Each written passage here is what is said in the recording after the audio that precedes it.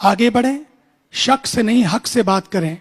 यह वतन हमारा है और इसलिए मैं चाहूँगा कि आज हमारे बीच में दिल्ली की राजधानी में जो एक बहुत बड़ा चर्च है जो प्रतिनिधित्व करता है, मैं चाहूँगा वहीं के प्रतिनिधि हमारे पादरी श्री अजीत पैट्रिक जी 4 मिनट के लिए।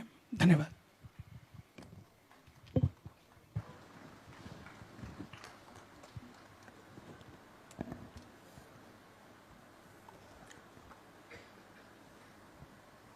सर्वप्रथम मैं यीशु मसीह ईश्वर का धन्यवाद करना चाहूँगा जिन्होंने हमें गुरुओं के चरणों में आने का सौभाग्य प्रदान किया है और इस मंच पे विराजमान सभी धर्म गुरुओं का, संतों का मैं करबद्ध नमन करता हूँ। और आप यहाँ उस ईश्वर की संतति को बनाए रखने के लिए, ईश्वर ने जिस सृष्टि को बनाया है उस सुंदरता को बनाए रखने के लिए अपनी उपस्थिति जाहिर की है। इसके लिए मैं ईश्वर का आभार प्रकट करता हूँ। और इस नमन का एक कारण है। नमन का कारण ये है कि एक तरफ नफरत की चिंगारी है, एक तरफ नफरत की चिंगारी है और दूसरी तरफ धर्मों का सम्मेलन जारी है। एक तरफ नफरत की चिंगारी है, दूसरी तरफ धर्मों का सम्मेलन जारी है। हमें मालूम नहीं कौन धर्मी है, कौन धर्म का व्यापारी है। और हमें यह भी मालूम नहीं कि ये हमारी मजबूरी है या लाचारी है। प्यारे दोस्तों, सौभाग्य है हमारा कि हम ईश्वर के नाम से एक मंच पे एकत्रित हैं, चाहे हम जिस भी धर्म को फॉलो करते हैं। हमारे मंच पे अनेक धर्मगुरु विराजमान हैं। ये किसी धर्म की परिकल्पना को लेकर हमारे सामने नहीं आए हैं। ये ईश्वर की परिकल्पना को, ईश्वर की मोहब्बत को हमारे बीच में बांटने के लिए आए हैं। क्योंकि किसी ने कहा है कि ईश्वर किसी धर्म की जागीर नहीं है। ईश्वर किसी धर्म की जागीर नहीं है और धर्म किसी पन्नों की या फिर धर्म की हकीकत किसी पन्नों की लकीर नहीं है। ईश्वर किसी धर्म की जागीर नहीं है और धर्म की हकीकत किसी पन्नों की लकीर नहीं है। मोहब्बत है उस खुदा का नाम। मोहब्बत, प्यार, प्रेम, मोहब्बत है उस खुदा का नाम। और जिसके दिल में मोहब्बत नहीं है उससे बड़ा कोई गरीब नहीं है, उससे बड़ा कोई बेजमीर नहीं है। क्योंकि दोस्तों, जो ईश्वर को प्यार करता है, जो ईश्वर को प्यार करता है वो मानवता से बैर नहीं कर सकता। जो ईश्वर से प्यार करता है वो इंसानियत से नफरत नहीं कर सकता। और अगर कोई कहता है कि मैं ईश्वर से प्यार करता हूं और इंसानियत से नफरत करता है तो वो सबसे बड़ा झूठा है, ढोंगी है, मक्कार है। अगर सचमुच हमें अपने धर्म की अस्मिता को बचाना है, अगर सचमुच हमें अपने धर्मों की हकीकत को जिंदा रखना है, जीवित रखना है, अपने आने वाली पीढ़ी को प्रदान करना है, तो हमें वो श्लोक जो हमारे हिंदुइज्म में मिलता है कि सर्वे भवन्तु सुखिनः, सर्वे सन्तु निरामया, सर्वे भद्राणि पश्यन्तु, मा कश्चित् दुःख भाग् भवेत्, और वसुधैव कुटुंबकम की जो सभ्यता है उस सभ्यता को जीवंत करना जरूरी है, अहम है। एक बार यीशु मसीह जो थे, जो हमारे प्रभु हैं, यीशु मसीह, वो जब उपदेश दे रहे थे तो धर्म के जो प्रकांड विद्वान थे वो यीशु मसीह के पास आते हैं और वो कहते हैं कि प्रभु हमें ये बताइए, गुरुवर हमें ये बताइए कि ये जो धर्म है, इन धर्मों का जो पवित्र वचन है उसका सार क्या है। अगर हम उसको 2-3 शब्दों में, 2 वाक्यों में कहना चाहें तो उसका क्या अर्थ होगा। तो प्रभु ने कहा कि धर्मों का सार सिर्फ 2 आज्ञाओं में निहित है। पहला है अपने ईश्वर को प्यार करो, अपने ईश्वर को अपनी सारी बुद्धि, अपनी सारी शक्ति और अपनी सारी आत्मा से प्यार करो। और दूसरी जो आज्ञा है उस पहले के सदृश है कि अपने पड़ोसी को अपने समान प्यार करो। अगर मैं कहता हूं कि मैं ईश्वर में विश्वास करता हूं, अगर मैं कहता हूं कि मैं धर्मी हूं, और अगर मैं अपने पड़ोसी को प्यार नहीं करता, तो मैं ढोंगी हूं, मैं झूठा हूं, मैं मक्कार हूं। और यही चीज, इसी पड़ोसी प्रेम को जीवंत बनाए रखने के लिए गांधी जी ने अपना सर्वस्व लुटा दिया। आज इस प्रांगण में जहां हम एकत्रित हैं, इस प्रांगण का नाम है हरिजन सेवक संघ। हरिजन, ये वर्ड जो था, ये शब्द जो था, ये भी गांधी जी के द्वारा दिया गया था। ये उस कम्युनिटी या समाज के लोगों को लिए दिया गया था जो हमारे इसी भारतवर्ष में सबसे नीच माने जाते थे या अछूत माने जाते थे। उन अछूत लोगों को गांधी जी ने ईश्वर के नाम से जोड़ा, हरि और राम के नाम से जोड़ा, ताकि जिसे मनुष्य इज्जत नहीं देता वो ईश्वर के सदृश है। ईश्वर की इज्जत उसके पास उतनी ही है जितनी मेरी और आपकी है। और इसीलिए उस मनुष्य को जिसे नीच समझा जाता था, उसे गांधी जी ने हरिजन का नाम दिया।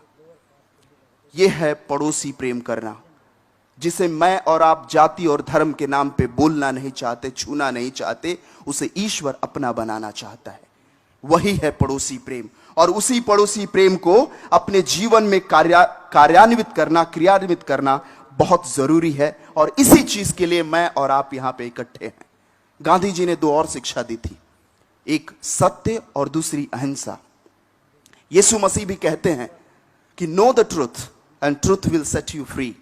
सत्य को जानो और सत्य तुम्हें स्वतंत्र कर देगा। And if you claim to know the truth, if you claim that you know the truth, then you must be able to forgive others. You must learn to love others. And if you are not able to love others, अगर आप दूसरों को प्यार नहीं कर पाते हैं, अगर आप दूसरों को क्षमा नहीं कर पाते हैं, irrespective of who the person is or from where the person is, आदमी कहां से है, औरत कहां की है, कैसी है, इन सब चीजों को पीछे रख के अगर हम इंसानियत से मोहब्बत नहीं कर पाते हैं, तो अगेन हम ढोंगी हैं, हम झूठे हैं, हम धर्मी नहीं हैं। इसलिए हमें इस इंसानियत को प्यार करना जरूरी है। कुछ दिनों पहले एक भाई, बहुत लोग मिले, किसी भाई ने मुझसे रोकर कहा कि फादर, मैं बहुत परेशान हूं, मेरे जीवन में बहुत तकलीफें हैं, और वो बहुत सारे कारणों से हैं। उन सारे कारणों को जिसे उसने बताया, मैंने एक कविता में पिरोने की कोशिश की है। वो कविता आपके पास प्रस्तुत करना चाहूंगा और उसी के साथ मैं विराम लूंगा। वो कविता है, वो आदमी जो है वो भारत माता से सवाल करता है।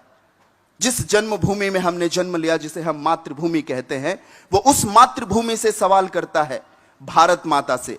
वो कहता है कि हे भारत माता तू ही बता, हे भारत माता तू ही बता, क्यों खून भरी ये राहें हैं। हे भारत माता तू ही बता, क्यों खून भरी ये राहें हैं। क्या लाल नहीं हम तेरे, या खूनी तेरी बाहें हैं। हे भारत माता तू ही बता, क्यों खून भरी ये राहें हैं। क्या लाल नहीं हम तेरे, या खूनी तेरी बाहें हैं। उजड़ गया संसार मेरा, उजड़ गया संसार मेरा, मेरा घर भी मुझसे छीन गया। पुरखों की विरासत ये धरती, वो पुत्र भी मेरा लील गया। तुम धर्म जाति की मूर्ति हो, हे भारत माता तू ही बता कि तुम धर्म जाति की मूर्ति हो या बलिदानों की धरती हो। तुम द्वेष दमन की आशा हो या संगम की परिभाषा हो, शांति की परिभाषा हो।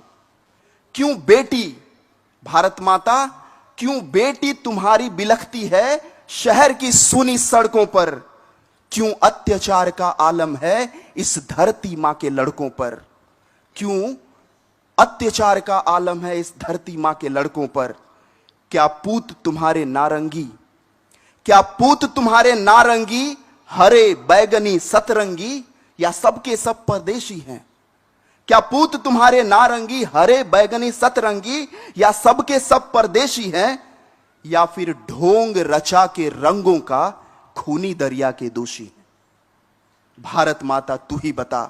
तेरा लाल बिलखता सड़कों पर एक भीड़ की अंधी आंधी में, तेरा लाल बिलखता सड़कों पर एक भीड़ की अंधी आंधी में, क्या तूने इनको बांटा है बाबा बल्लभ और गांधी में?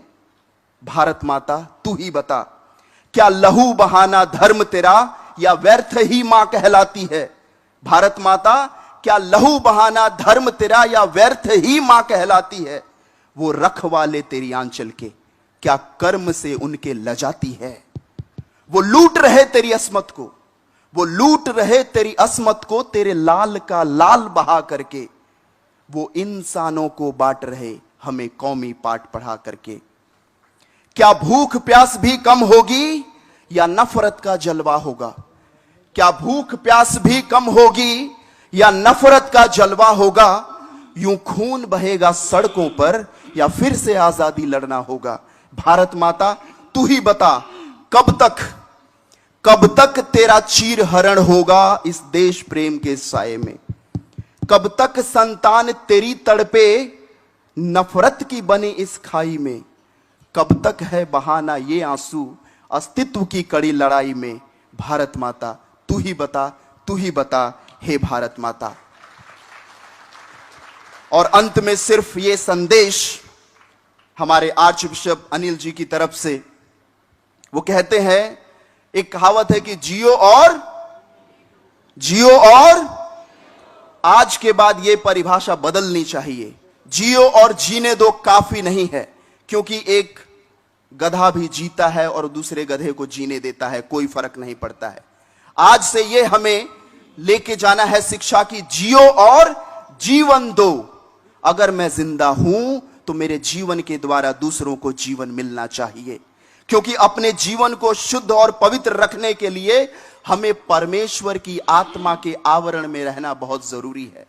और अगर हम परमेश्वर की आत्मा के आवरण में जिंदा हैं तो हम ये जरूर कहेंगे, जैसे किसी शायर ने कहा है कि निर्बल को धनवान, निर्बल को बलवान बना दे या अल्लाह, निर्बल को बलवान बना दे या अल्लाह, वहशी को इंसान बना दे या अल्लाह। हिंदू मुस्लिम सिख ईसाई एक ही थाली में खाएं, ऐसा हिंदुस्तान बना दे या अल्लाह। जय हिंद, जय भारत, जय मसीह की। और अब हमारे बीच में